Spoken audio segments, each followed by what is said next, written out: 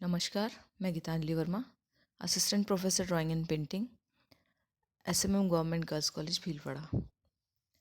आज के इस वीडियो में हम बीए पार्ट थर्ड के थ्योरी पेपर में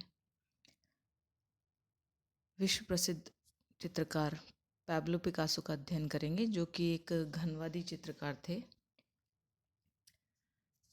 पिकासो का जन्म 25 अक्टूबर 1881 में मलागा, स्पेन में हुआ। वे आरंभ से ही चित्रकला की असाधारण प्रतिभा से संपन्न थे। उनके पिता एक कला शिक्षक थे, जिन्होंने पिकासो का 1896 तक के अध्ययन में स्वयं मार्गदर्शन किया। 1896 ईस्वी में पिकासो ने बंदरगाह बार्सिलोना की अकादमी में प्रवेश परीक्षा एक दिन में ही उत्तीर्ण कर ली थी, जिसे साधारणतः उत्तीर्ण करने में 1 माह लगता है। इस घटना से स्पष्ट हो जाता है कि पिकासो बचपन से ही अद्वितीय सामर्थ्य लेकर आए थे। इस प्रतिभा का परिचय उन्होंने एक अन्य अकादमी मैड्रिड में भी दिया। पिकासो आज तक के कलाकारों में सबसे विख्यात रहे हैं और उन्होंने आधुनिक कला के सभी वादों को प्रयोगान्वित किया। वे प्रत्येक में अपनी अलौकिक बुद्धिमत्ता का प्रतीक देते रहे हैं। मैड्रिड में अध्ययन से वे शीघ्र लौट आए और उन्होंने स्वतंत्र रूप से कार्य आरंभ किया।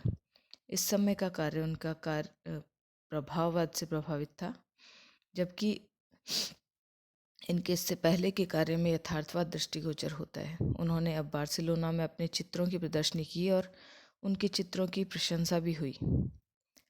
19 वर्ष की आयु में वे पेरिस लौट गए। काफ़ी मात्रा में वहाँ उन्होंने स्केचेस किए और उन्होंने तुलूज लॉत्रिक के चित्रों से प्रेरणा ली। इस बीच लगातार 3 वर्षों तक वे पेरिस और स्पेन आते जाते रहे। उन्होंने पेरिस में कला का व्यवसाय करने के लिए मोमार्द में एक स्टूडियो खोल लिया और यहाँ के निवासियों से संपर्क स्थापित किया। पेरिस के भाग में कवि, कलाकार, नर व गरीब परिवारों की भरमार थी। 5 वर्ष तक पिकासो ने अत्यंत निर्धन अवस्था में व्यतीत किए, क्योंकि वे नए उदीयमान कला संस्थापकों में से एक थे, जिन कलाकारों ने संगीत, साहित्य, चित्रकला और मूर्तिकला में क्रांतिकारी परिवर्तन किए। उनका 20वीं सदी के सांस्कृतिक जीवन पर काफ़ी प्रभाव पड़ा। कालांतर में वोलार्ड के चित्र विक्रेता ने पिकासो के चित्रों की एक छोटी प्रदर्शनी करवाई, परंतु इस प्रकार की कला से समीक्षक संतुष्ट नहीं। उनका कहना था कि पिकासो के चित्रों में मौलिकता नहीं है। वे प्राचीन महाकलाकारों की नकल करते थे। वास्तव में पिकासो उस समय अपनी सामर्थ्य बढ़ाने के लिए प्राचीन चित्रकारों की नकल किया करते थे। कालांतर में उन्होंने प्राचीन चित्रकारों के चित्रों की नकल छोड़ दी और अपनी विकसित प्रतिभा से कला का निर्माण आरंभ किया। हम अपनी सुविधा के लिए पिकासो के चित्रों के अनुसार उनका कालों में इस प्रकार से विभाजन कर सकते हैं: blue period, rose period, African Negro period, analytical cubism, विश्लेषणात्मक घनवाद, संश्लेषणात्मक घनवाद, क्लासिकल पीरियड और डबल इमेज पेंटिंग्स। ये उनकी चित्रों के विभाजन है। इस विभाजन के अनुसार हम उनके चित्रों का अध्ययन कर सकते हैं। उन्होंने अलग अलग पीरियड्स में अलग अलग तरीके से, अलग अलग शैली में चित्रांकन किया और इस तरह से हमें उस पिकासो के चित्रों का अध्ययन करने में आसानी होगी।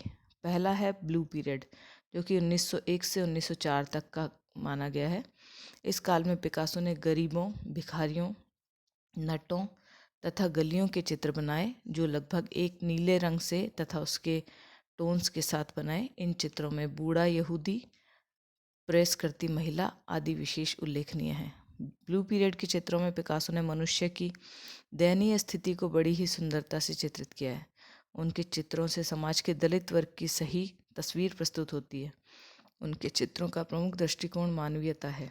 इस समय उनकी स्वयं की स्थिति भी बड़ी विपन्नावस्था की थी और शायद यही मनोस्थिति उनके चित्रों में दर्शनीय है। अगला है 1905 से 1906 का पीरियड, जो कि गुलाबी पीरियड या रोज़ पीरियड कहा गया। इस काल के चित्रों में गुलाबी रंग का उन्होंने अधिक प्रयोग किया और उसी के तानों का प्रयोग किया साथ में। चित्रों के विषय अधिकतर सर्कस में करतब करने वाले लोगों का श्रमिक जीवन रहा। ब्लू पीरियड में चित्रित की आकृतियाँ दुबली पतली बनाई गई हैं, जबकि रोज़ पीरियड में चित्रित आकृतियाँ अधिक सशक्त हैं। फिर भी उनके चेहरे पर दयनीयता व दुख के भाव हैं।